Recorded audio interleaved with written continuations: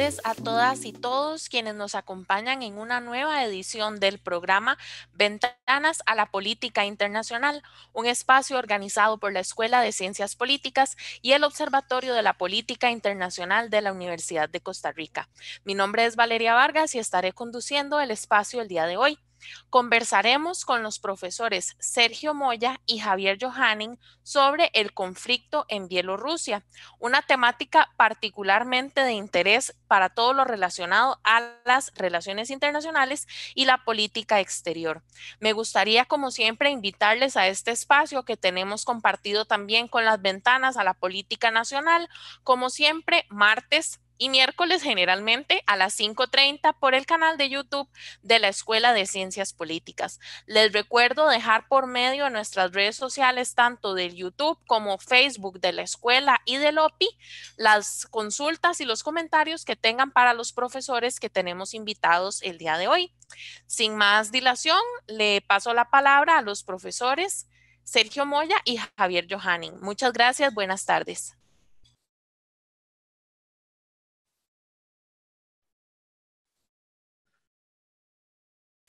Bueno, muchísimas gracias, Valeria, y muchísimas gracias por recibirnos, ¿verdad? Es un placer estar acá por Ventanas. Igualmente, buenas noches, profesora María Valeria Vargas y profesor Javier Johanning. Un gusto estar esta tarde con ustedes.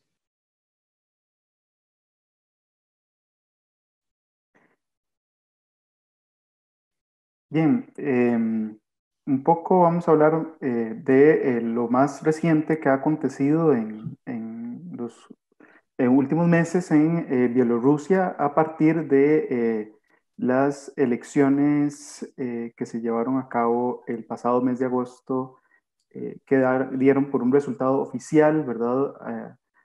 Como ganador a Alexander Lukashenko, el presidente que ha sido pues más longevo de Europa y que va para su sexto término presidencial, lo que lo hace tener ya 26 años en el poder y que por lo menos la Unión Europea y varios actores internacionales han dicho que no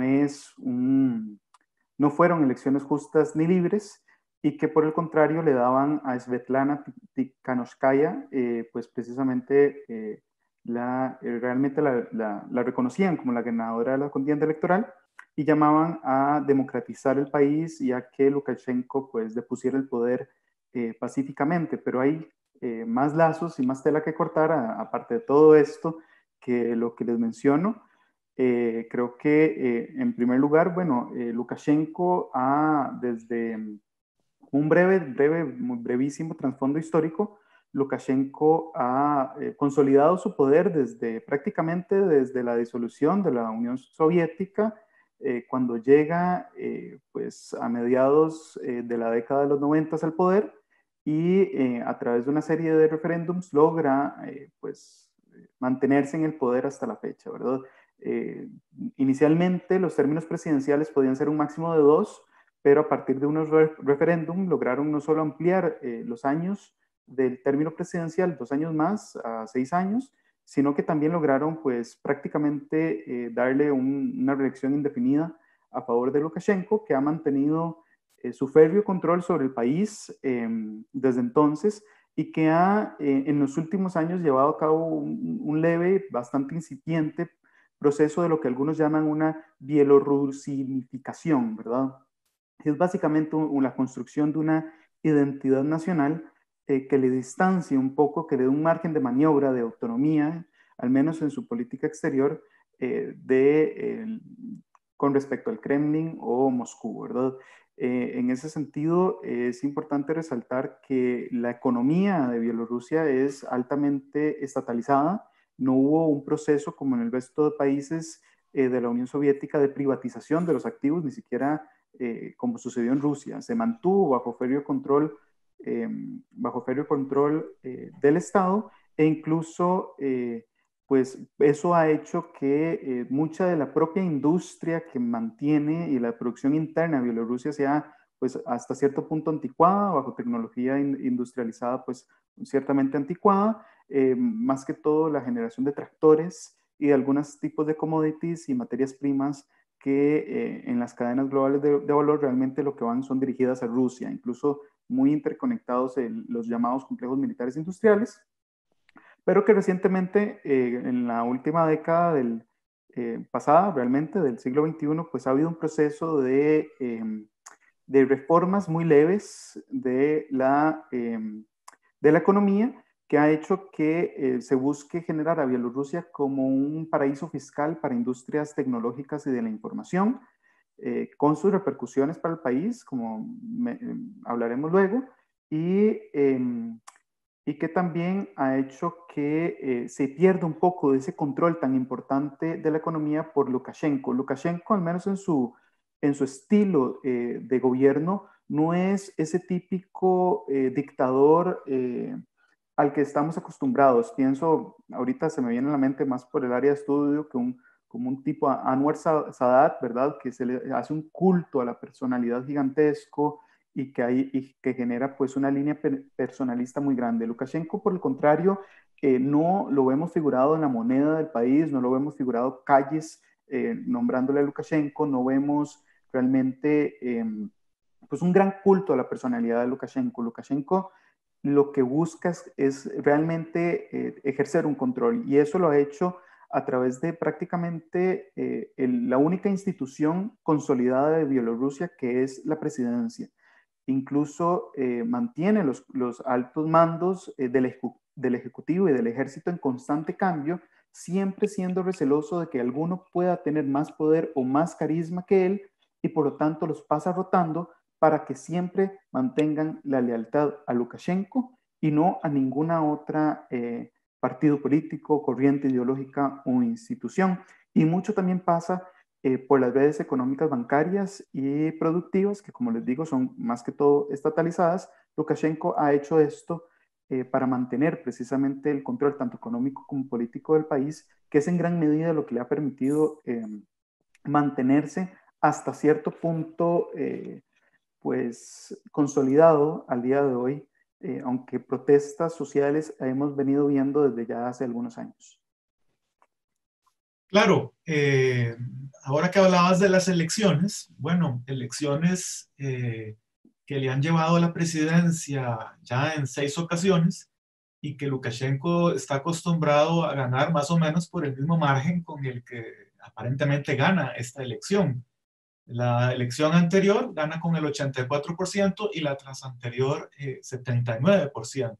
Es decir, en última instancia, el resultado de esta última elección no necesariamente rompe con ese patrón que ubica a Lukashenko como pues, la figura central de la política de Ucrania, ¿no? Un país que es relativamente pequeño en cuanto a población, 9.4 millones de habitantes, 207.000 kilómetros cuadrados, y que tiene una peculiaridad con respecto no solo del entorno europeo, sino también de lo que fueron las otras 14 exrepúblicas que integraban la Unión Soviética y que ingresaron a la vida independiente cuando la URSS se desmantela.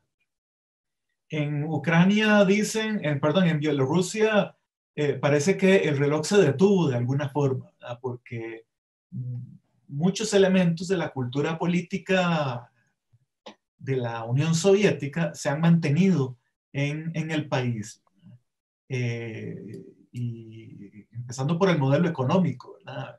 Bielorrusia vive en un modelo económico semisoviético, si lo pudiéramos llamar así, ¿verdad? Es decir, el Estado tiene un control mayoritario de la producción, alrededor del 70%.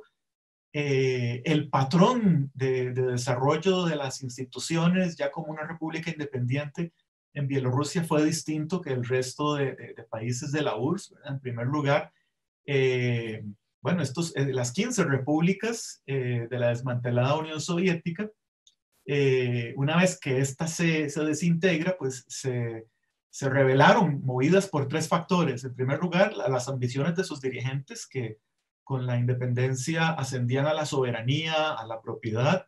En segundo lugar, el descontento social. Y en tercer lugar, una conciencia nacional de la población, que en unas repúblicas pesaba más y en otras menos.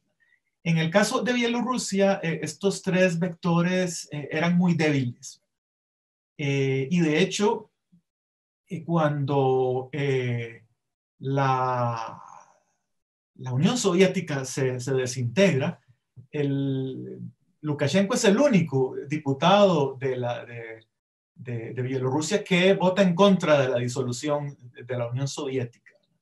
Es posible entonces decir que para una buena mayoría de los habitantes de Bielorrusia, pues el desmembramiento de la Unión Soviética fue algo negativo, ¿verdad? Y de hecho, eligiendo a Lukashenko, ¿verdad? Lukashenko pues venía sí, de un sector del Partido Comunista, pero era básicamente un outsider, ¿verdad? Eligiendo a Lukashenko, pues los bielorrusos de alguna manera sancionaron o se separaron de ese modelo que estaban siguiendo las otras repúblicas exsoviéticas, que les llevaba a elegir a dirigentes o a presidentes pro-occidentales. No es el caso entonces de Lukashenko, ¿verdad? Que pues representa, es cierto lo que decía Javier, no representa una dictadura típica en donde encontramos un culto a la personalidad, ¿verdad? Aquí yo creo que es más importante el modelo, ¿verdad?, de cultura política que él representa, ¿verdad? Él trabajó en una granja colectiva, ¿verdad? Y parece que esa lógica que funcionaba en los mutzniks soviéticos, pues le mantiene todavía, ¿verdad?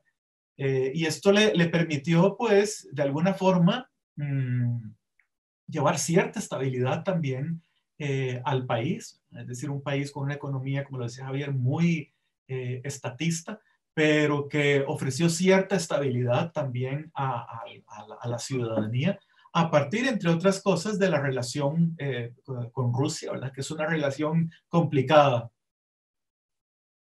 Sí, y precisamente creo que eso es como una nota que hay que hacerle como mucha referencia, ¿no? Las relaciones con Rusia desde un inicio, al menos desde la llegada al poder de Vladimir Putin, han sido pues han tenido bastantes roces, han tenido bastantes tensiones. De hecho, la mayoría de fuentes retratan que hay un claro desdén, hasta disgusto entre los dos líderes, entre Lukashenko y Vladimir Putin, pero entre los países hay un gran acercamiento, ¿verdad? No por algo, terminada la Unión Soviética, se crea pues también la Unión de Estados. Esta Unión de Estados que prevía pues la consolidación de un parlamento bicameral, binacional, un banco central unificado y una moneda común, pero que el día de hoy no ha podido ser materializada en lo más mínimo, precisamente porque mucho pasa por el desdén, por un lado, de Lukashenko hacia Vladimir Putin y viceversa, sino también porque Lukashenko ha enmarcado las relaciones con la Federación Rusa mucho en términos económicos. De hecho, la Federación Rusa, a través ya sea de la Unión Económica Euroasiática o a través directamente del Fondo Soberano Ruso, controla casi que el 54% de la deuda soberana de Bielorrusia. Y es el principal socio comercial, tanto de exportaciones como de importaciones, en donde hay subsidios importantes en términos de gas natural y de petróleo que recibe Bielorrusia, en petróleo principalmente crudo, que se encargan de refinarlo en Bielorrusia y que luego lo exportan a precios de mercado al resto, bueno, al mercado internacional. Esto ha hecho, bueno, que a lo largo de los años Rusia haya empezado a presionar más a Lukashenko a través de estos subsidios para profundizar precisamente esta unión de estados, y Lukashenko ha respondido especialmente a partir del 2008 con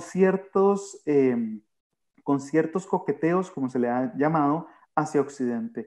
Y es importante recordar el año del 2008 no solo por la guerra y la intervención en Georgia por parte de Rusia, sino también por la crisis, por la recesión económica mundial que pues se trajo abajo en alguna medida los precios del petróleo, afectando a estos países, pero también a Lukashenko le quedó muy claro que no se podía confiar en su estatus de ex república soviética para mantener un trato preferencial con Rusia.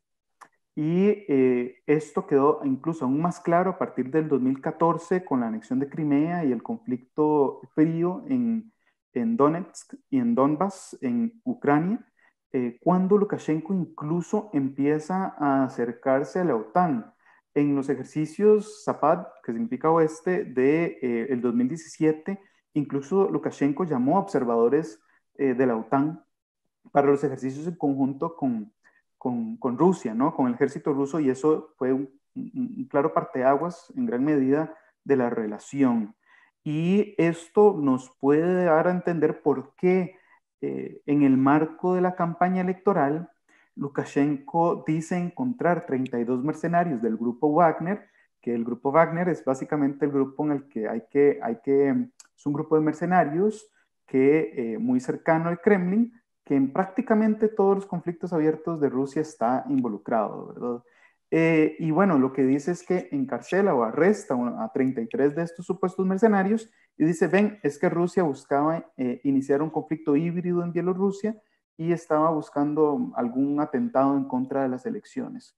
Bueno, la oficina del Kremlin la oficina de prensa del Kremlin ha desmentido y ha dicho que realmente estos mercenarios que iban pues hasta con sus claras identificaciones del grupo Wagner al aire libre, ¿verdad? En medio de Bielorrusia, ha dicho que realmente se estaban dirigiendo hacia otras localidades, especialmente Latinoamérica, y se encontró que también hacia Sudán y otras regiones.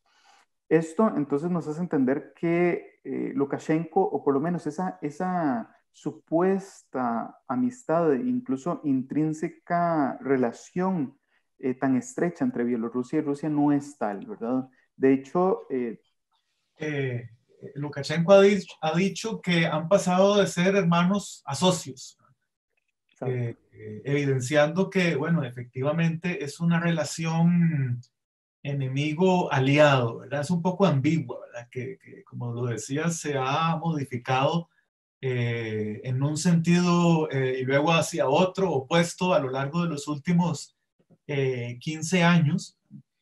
Rusia evidentemente es la potencia dominante en la zona y efectivamente en algún momento hubo pues esa intención de incluso llegar a una moneda única, ¿verdad?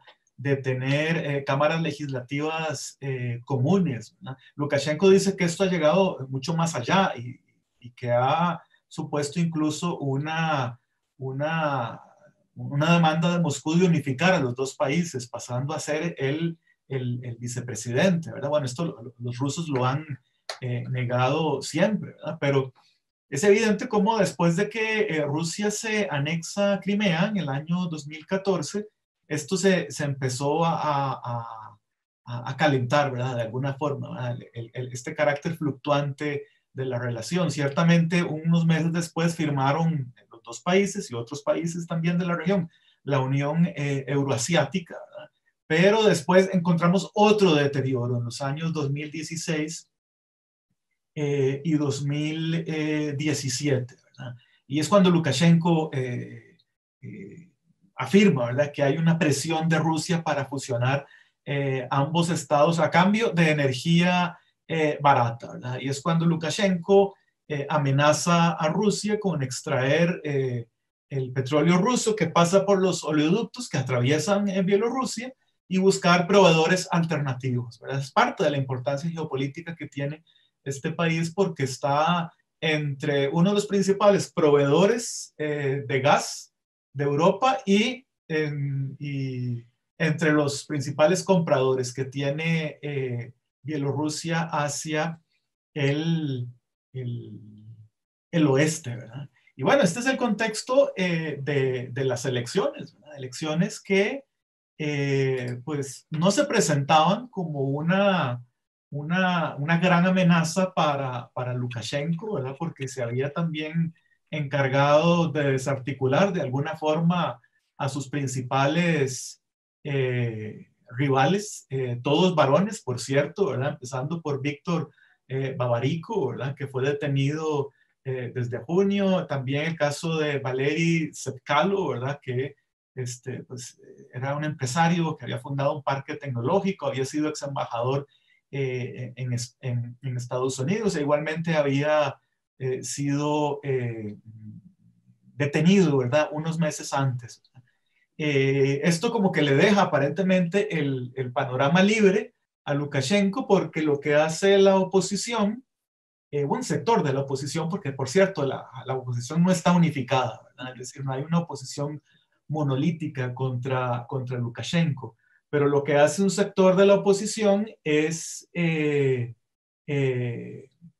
poner en lugar de estas caras tradicionales de la oposición a Lukashenko a una mujer prácticamente desconocida, Svetlana Tikhanovskaya, que es la esposa de un bloguero de oposición llamado Sergei Tikhanovsky, ¿verdad?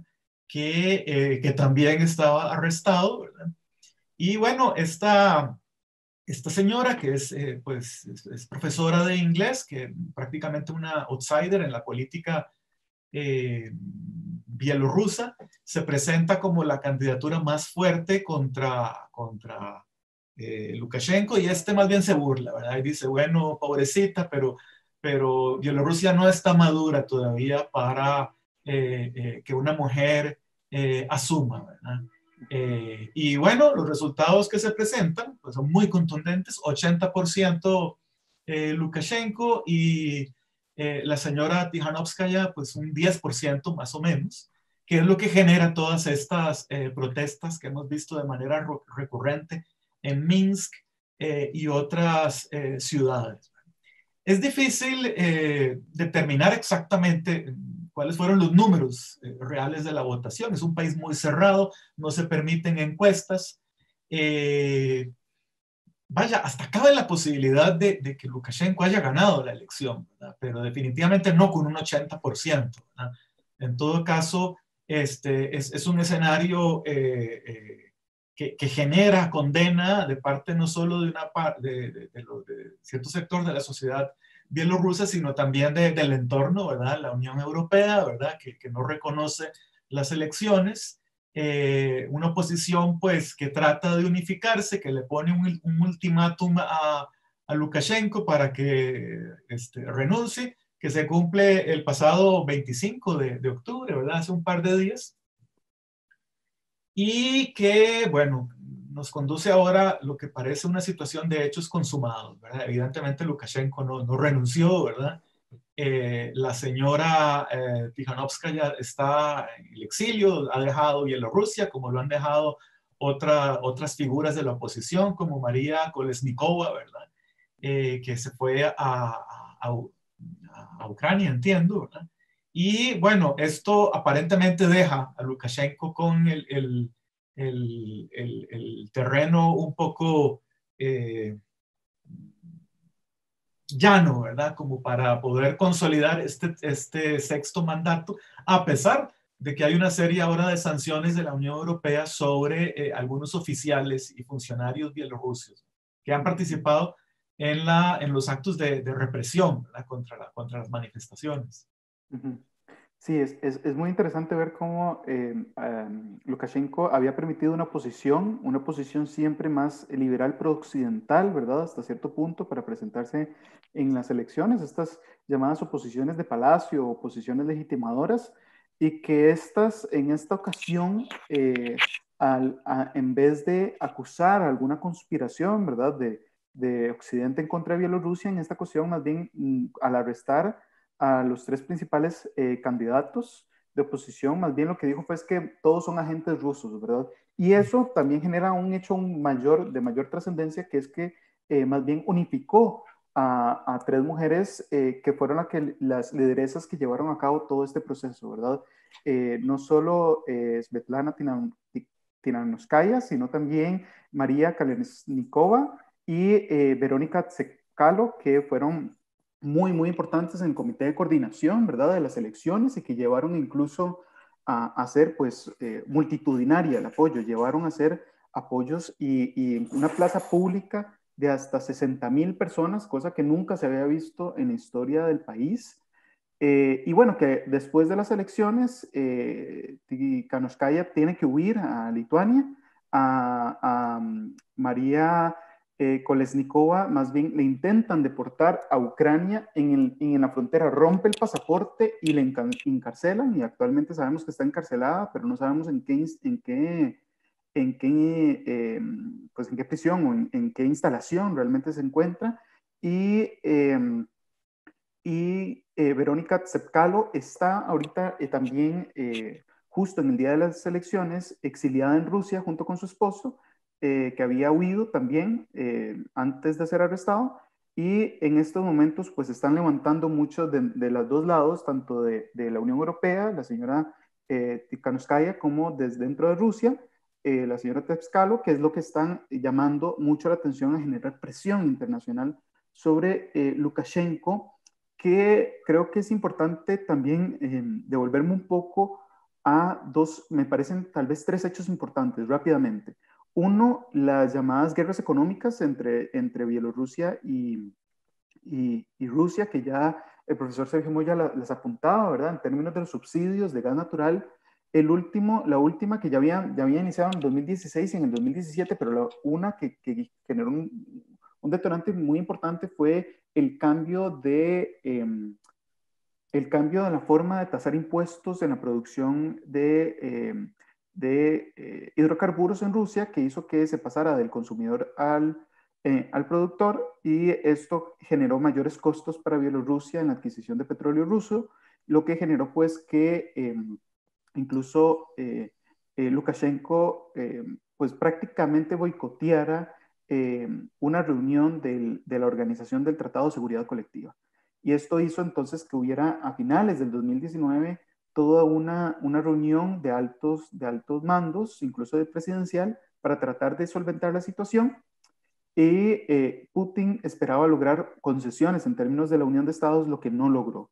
Incluso en marzo del 2020, que es el otro hecho que quería apuntar, Pompeo entonces visita a Bielorrusia en la primera visita oficial y dice: estamos dispuestos a entregarle todos los hidrocarburos que sean necesarios a Bielorrusia para que acerte su soberanía, ¿verdad? Esto creo que es una clara y contundente amenaza hasta cierto punto a Rusia en su esfera de influencia, y esto también dentro del marco de la guerra, o por lo menos la rivalidad que tiene Rusia y Estados Unidos en el mercado de gas natural y GLP.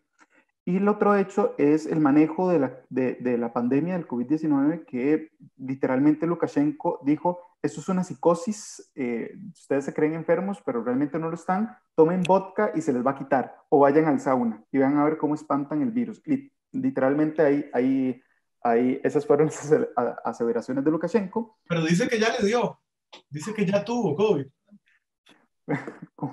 Como la mayoría de estados donde prácticamente hay un descontrol, ¿verdad? Como Bolsonaro, que también lo mentía y bueno, ya le dio, sí, ¿verdad? O sea, fue significativa pues esta maniobra, porque al final de cuentas todo esto ha hecho un deterioro económico previo a las elecciones que ha sido significativo para que tengamos protestas multitudinarias todos los domingos, incluso algunas aseveraciones han dicho que han llegado hasta las 100,000 personas, ¿verdad? Esto entonces, pues lo que ha hecho es generarle un panorama muy complicado a Lukashenko, que sabemos que tiene pues un manejo económico pues, en el que tiene que para 2021 refinanciar el 75% de su deuda, y que esto no lo va a hacer fácil Rusia, va a esperar más concesiones, y creo que en este momento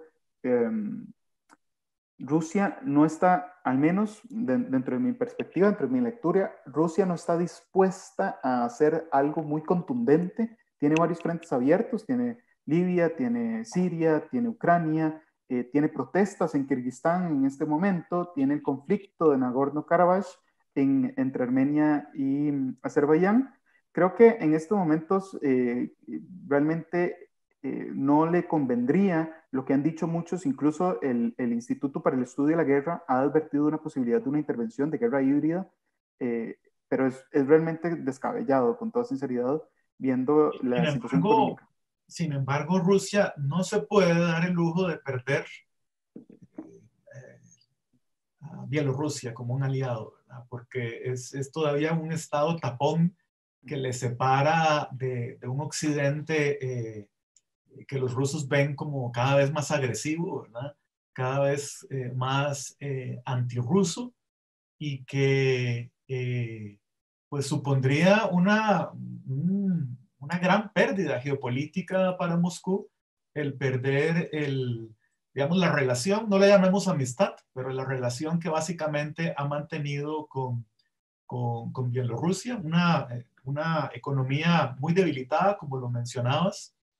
El salario medio de los bielorrusos se ha estancado desde el 2010, no pasa de los $500, ¿verdad? El poder adquisitivo de los ciudadanos se ha desplomado, ¿verdad? Y es interesante, sí, cómo juega la geopolítica de la relación con Rusia en estos últimos acontecimientos, ¿verdad? Como vos lo decías, Lukashenko acusó ya no a Occidente, sino a Rusia, ¿verdad?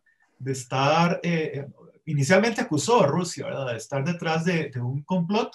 Mencionó a Gazprom, que es la principal empresa energética rusa, ¿verdad? Acusó a los oligarcas rusos, ¿verdad? Que tienen interés también, intereses económicos en Bielorrusia. Y todo eso apuntó o apuntaba, ¿verdad? A un proceso de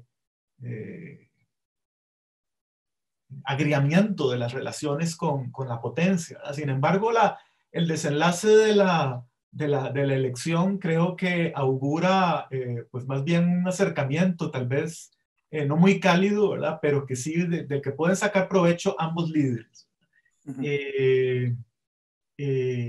Sí, de El hecho, ministro de Defensa ruso acaba de decir, bueno, que este fue un complot, ¿verdad? Que fue un complot financiado por Occidente, ¿verdad? Porque ciertamente hay señales en el proceso electoral, ¿verdad? Que apuntan a una trama, a una partitura que ya ha sonado varias veces, ¿verdad? Nos referimos a las revoluciones de colores, ¿verdad?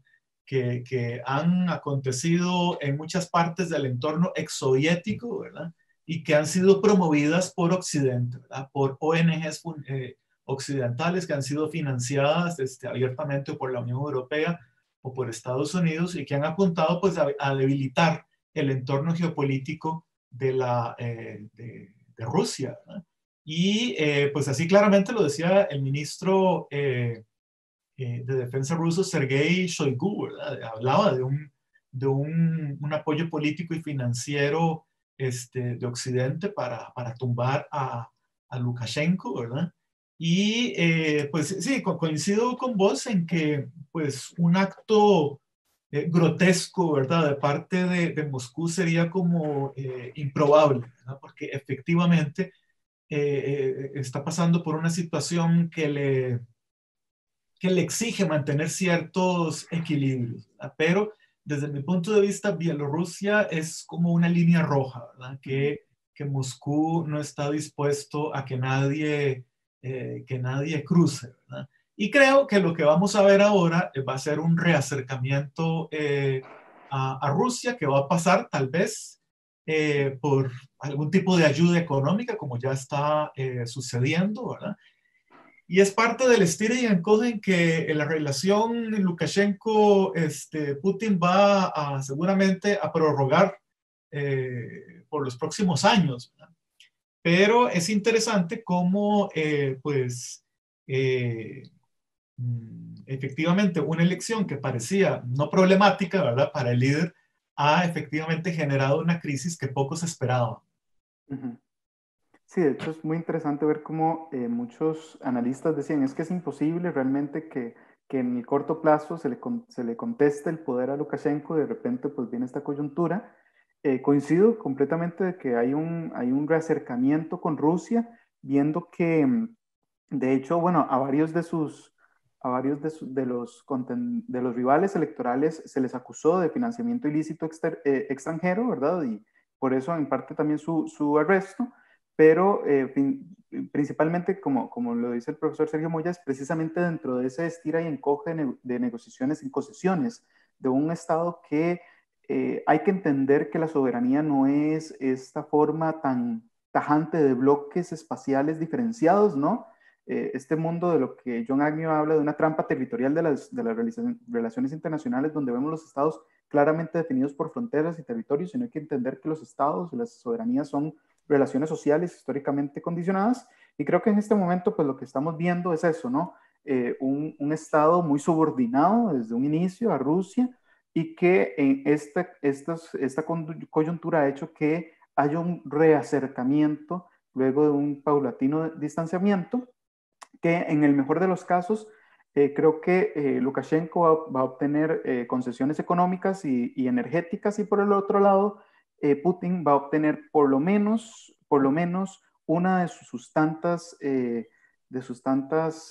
demandas, que es una base aérea naval en Bielorrusia, que le va a permitir mantener una posición estratégica en el este, en el noreste de Europa. Va a permitir mantenerle alerta sobre cualquier intención de atacar a Kaliningrado, esta parte de Rusia que no es parte de la extensión territorial de Rusia, sino que hay que pasar por Bielorrusia, y incluso es una amenaza dentro de la OTAN de la llamada franja de Suwalki, que lleva a conectar Polonia con los países bálticos, Lituania, Latvia y Estonia. Bueno, pero esto en sí no nos dice, al menos a mí, no me dice mucho al respecto de qué es el rol ahorita de Estados Unidos. Lo que me sorprende en gran medida es ver un Estados Unidos bastante cauteloso, en el que incluso luego de los resultados electorales hubo una llamada de Pompeo a Lukashenko, donde al parecer hubo una cierta conversación en que se le está dispuesto a hacer concesiones energéticas a cambio de un alejamiento de Rusia, ¿verdad? Entonces, en todo esto, pues, si bien la la Unión Europea está generando sanciones y condenando a Lukashenko, Estados Unidos está siendo más pragmático, pero todo apunta a un acercamiento con Rusia. Claro, las sanciones posiblemente son una pose, ¿verdad?, política, porque muchos estados europeos muy influyentes en la Unión Europea consideran el peso geopolítico que tiene Bielorrusia como espacio de tránsito de buena parte del gas y del petróleo que recibe, ¿verdad?, de Rusia, ¿verdad? Así es que creo que aquí va a imperar un poco la cautela, ¿verdad?, porque se trata de un espacio de juego riesgoso, ¿verdad? Y pues también de parte de Estados Unidos, creo que lo que vieron fue una oportunidad de debilitar a Putin, a Rusia, esencialmente, y no tanto una preocupación por la salud del sistema democrático bielorruso, ¿verdad? Que eso en realidad le importa poco tanto a Rusia como a Estados Unidos, ¿verdad? Pero de alguna manera, bueno, revive una situación que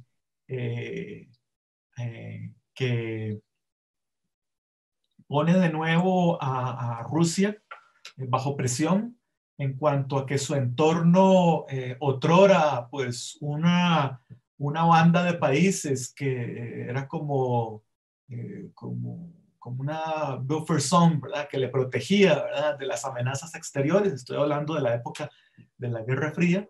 Pues ahora, a partir de los nuevos equilibrios que se han dado en el mundo tras el fin de la Guerra Fría, se convierte en un espacio de disputa, ¿verdad? E insisto, para Rusia sería inaceptable, ¿verdad?, que, por ejemplo, Bielorrusia liberada, ¿verdad?, de los compromisos con Moscú, incluso quisiera vincularse a la OTAN, ¿verdad? Eso sería inadmisible para Moscú, ¿verdad? Y de alguna manera explica, pues, la política de Moscú en tanto a Bielorrusia como a todo su entorno, ¿verdad? Incluso al Medio Oriente, ¿verdad? Es decir, es una defensa de lo que se consideran intereses estratégicos, ¿verdad? Que se presentan a veces de manera grotesca, ¿verdad? Como la anexión de Crimea, pero que se explican en, pues, la necesidad, la imperiosa necesidad que tiene Moscú de garantizar un entorno geopolítico no hostil a sus intereses. Creo que podemos... Vos tenías una imagen, ¿verdad?, que querías mostrar, me parece, sobre la estructura del comercio internacional y de Bielorrusia. Claro, sí.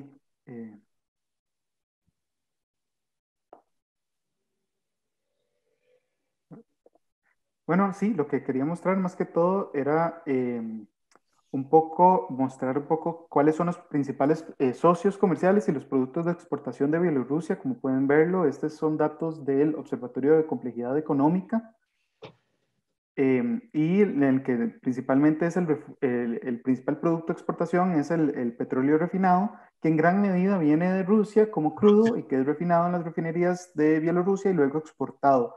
Y que También eso lo tenemos, toleran los rusos también. claro, sí, es parte como de los acuerdos de esta soberanía subordinada, que se le podría hasta cierto punto llamar, y otra serie de materias primas, ¿verdad? Como potasa y los tractores o camiones de transporte, ¿verdad? Mientras que lo que más importa, pues es petróleo crudo, como les digo, principalmente de Rusia, también gas natural. Y esto queda claro, pues tal vez cuando veamos un poco de a dónde es que exporta Bielorrusia, que en 38% de todo es Rusia, y luego Ucrania y luego el Reino Unido, mientras que importa pues un gigantesco 60%, ¿verdad? Y que históricamente, estos son datos del 2018 todos, pero históricamente si hacemos una línea del tiempo, pues se mantienen relativamente parecidos.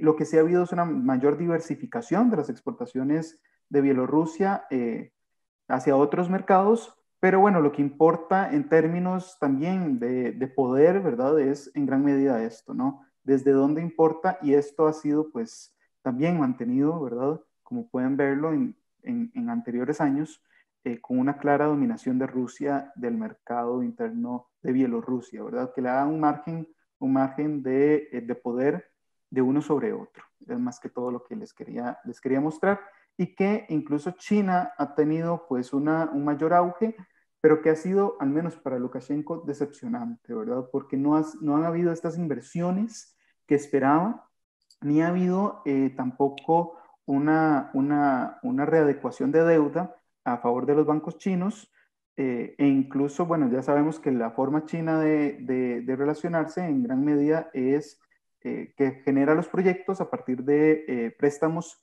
de sus propios bancos, pero también con mano de obra y bajo la contratación de sus propias empresas, ¿verdad? Y mano de obra china, lo que no va a generarle un mayor valor agregado a Bielorrusia, y por lo tanto China en todo esto es más que todo un satélite y no se ve como una alternativa dentro de las relaciones de poder.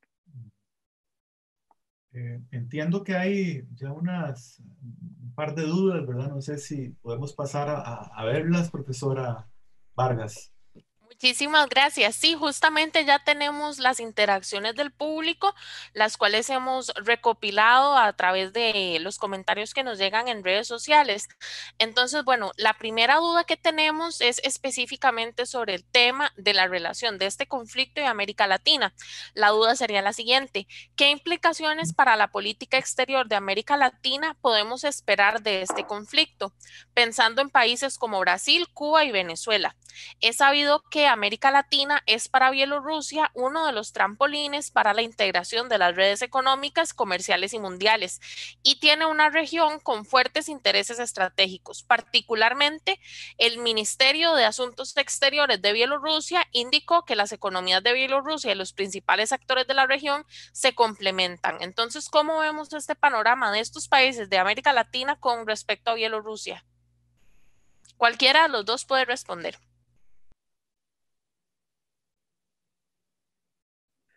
Bueno, creo que esto es mucho también, hasta cierta medida, con toda sinceridad, me parece hasta cierto punto una exageración de las relaciones. Realmente no son tan fuertes. Hay algunos intercambios, incluso Bolivia, Brasil y Venezuela han comprado algunos productos del complejo militar industrial de Bielorrusia porque es más barato. Pero en términos generales no hay así como unas relaciones económicas fuertes, ¿verdad? En Sudamérica, pues los principales socios siguen siendo China en primer lugar, suplantando a Estados Unidos, y luego, bueno, la Unión Europea, y en un tercer lugar Estados Unidos, ¿no? Entonces, realmente como que mayores intereses de Latinoamérica en Bielorrusia no necesariamente hay. En Bielorrusia lo que se ve es la diversificación de mercados de exportación e inserción internacional en América Latina, pero el volumen de las relaciones pues sigue siendo muy poco, todavía como para aseverar que hay intereses estratégicos entre ambos.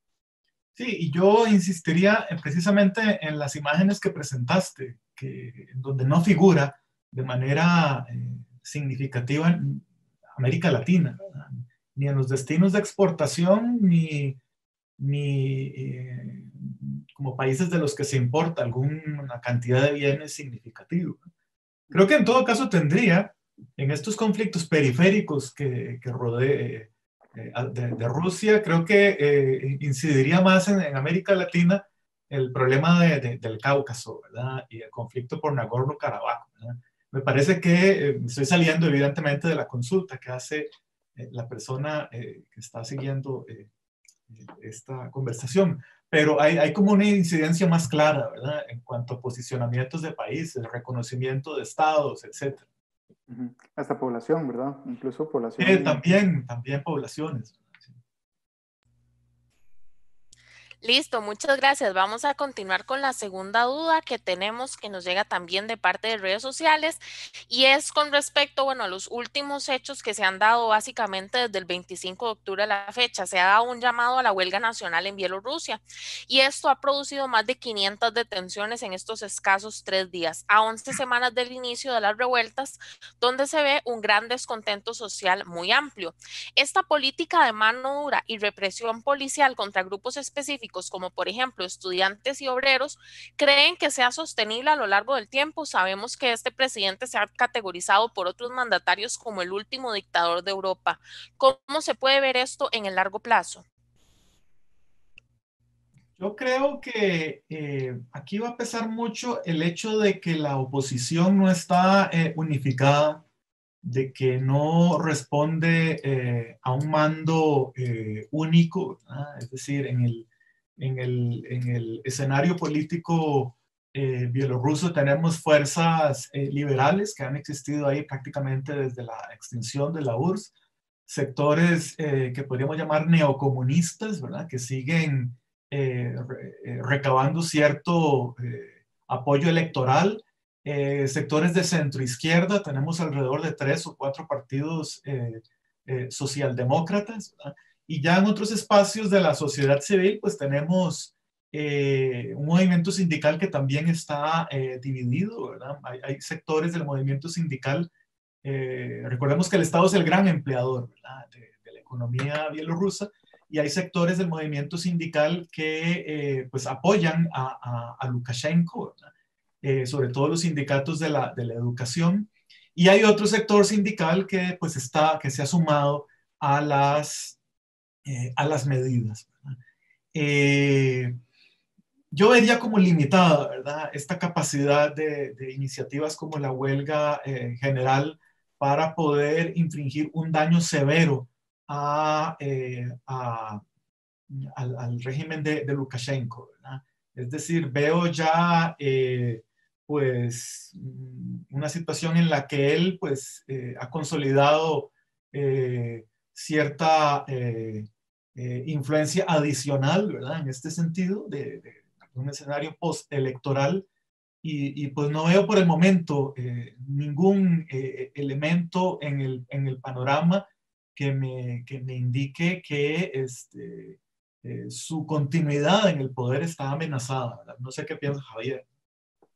Sí, no, coincido, realmente coincido. Creo que una de las cosas que le ha favorecido a Lukashenko es mantener ese control económico, que en el que, digamos, las últimas cifras que vi al día de hoy, apenas un 10% de las industrias se han sumado a la campaña de huelga nacional y paro nacional.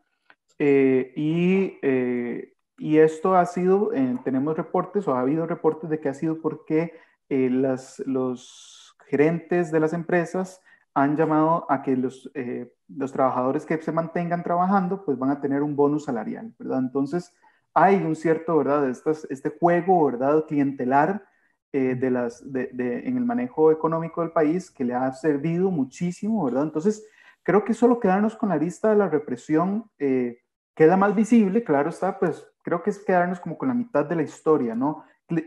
Me encantaría decir que no es sostenible, ¿verdad? Pero coincido plenamente con el profesor Sergio, en donde realmente no hay no veo un ambiente donde realmente esto lleve a deponer a Lukashenko del poder de forma democrática y pacífica, unas reelecciones tampoco, o sea, una nueva, o volver a hacer las elecciones pasadas, no lo veo ni siquiera sobre la mesa, que es prácticamente la demanda del ultimátum nacional que llevó a cabo la oposición.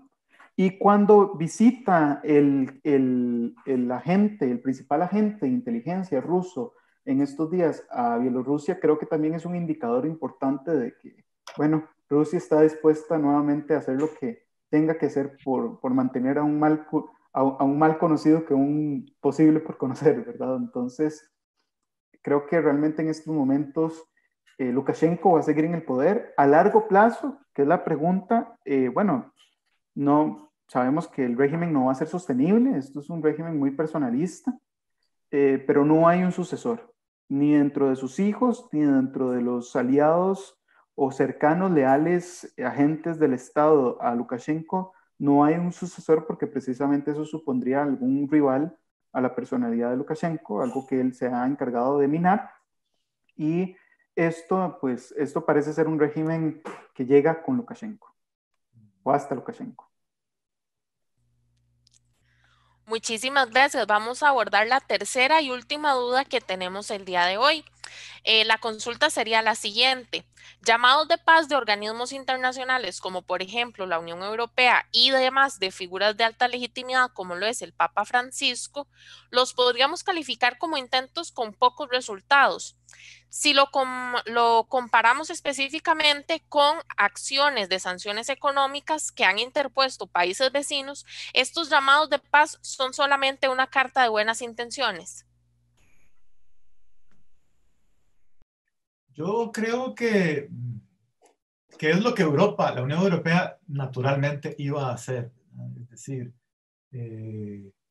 es algo que estaba en el libreto obligado de reacciones que la Unión Europea tenía que asumir después de que pues el resultado de la elección se presenta pues, de la forma grotesca en la que se manifestó, ¿verdad? Con los arrestos previos, el intento de Lukashenko descabezar a la oposición, el carácter represivo que tuvieron que enfrentaron las manifestaciones populares. Esto es lo que pues, termina generando la ola de sanciones de la Unión Europea. Pero bueno, la Unión Europea no tiene el músculo político para alterar muchos de los escenarios sobre los que opina. Es decir, la Unión Europea es prácticamente un enano diplomático, y que pues en coyunturas como esta demuestra la debilidad real que tiene como bloque para poder, en primer lugar, pues conciliar políticas comunes, ¿verdad? Y en segundo lugar, pues contrarrestar el peso geopolítico, la influencia, las relaciones que puede seguir estableciendo Moscú, ¿verdad? Moscú de alguna manera es una potencia también decadente, ¿verdad? Pero que tiene todavía un margen de maniobra relevante, ¿verdad? En su entorno geopolítico, ¿verdad? Y que le permite de alguna forma incidir en muchos de estos escenarios periféricos de conflicto que le rodean, ¿verdad? Bielorrusia, Ucrania, el Cáucaso, ¿verdad? Incluso que le permite extender un poco su influencia a escenarios no necesariamente naturales de influencia rusa, como en Medio Oriente, el caso de Siria, ¿verdad? Y caso también de Libia, por cierto, ¿no? Sí, yo añadiría solamente que me parece que la Unión Europea ahorita está, como dice el profesor Sergio, sumada en una serie de problemas a lo interno de la Unión Europea, ¿verdad? No logró tener un acuerdo sobre Bielorrusia precisamente porque Chipre bloqueó, ¿verdad?, el acuerdo, llamando la atención de que también la Unión Europea tenía que ver al sur, hacia Turquía, ¿verdad? Y todo lo que está pasando con Turquía y Grecia. Por más que Lituania ha sido uno de los países líderes en llamar junto con Polonia, a un plan de ayuda y salvamento de Bielorrusia para la democratización por 1 billón de euros. Pero bueno, recordemos que ahorita la Unión Europea se está volviendo a generar pues, políticas de distanciamiento social ante un rebrote significativo de COVID-19 y que las políticas fiscales y de ayuda y de salvamento pues han sido sumamente criticadas por ser muy inflexibles para algunos países y que incluso pues la ayuda no está llegando a todos los lugares, ¿verdad? Entonces pues creo que por ahora no sé si es un llamado a buenas intenciones o como dice Sergio, que estoy completamente de acuerdo, pues es algo dentro de la ruta diplomática de lo que muestra la Unión Europea en el exterior. Y bueno, eso es parte de estos tipos de actores que es los que les queda, es más que todo, pues, el soft power más que algún tipo de hard o sharp power, ¿verdad? Junto con la Unión Europea, no solo, pues, también el Papa Francisco, sean tan legítimos como sean, que sean, ¿verdad? Porque eso también es cuestión de debate, pero sí. Muchísimas gracias al profesor Sergio Moya y al profesor Javier Johanning, quienes nos acompañaron esta tarde y noche del día de hoy, 28 de octubre. Agradecerles como siempre, este espacio está abierto tanto para las investigaciones del OPI como para cualquier otra persona que quiera acercarse a hablar sobre política internacional. Recordarles que la otra semana estaremos el día miércoles con el profesor Edwin Alvarado conversando sobre política comparada. Y como siempre, invitarles a todas las ediciones que tenemos de nuestros programas, Ventanas a la Política Nacional y Ventanas a la Política Exterior. Muchísimas gracias. Hasta luego. Buenas noches.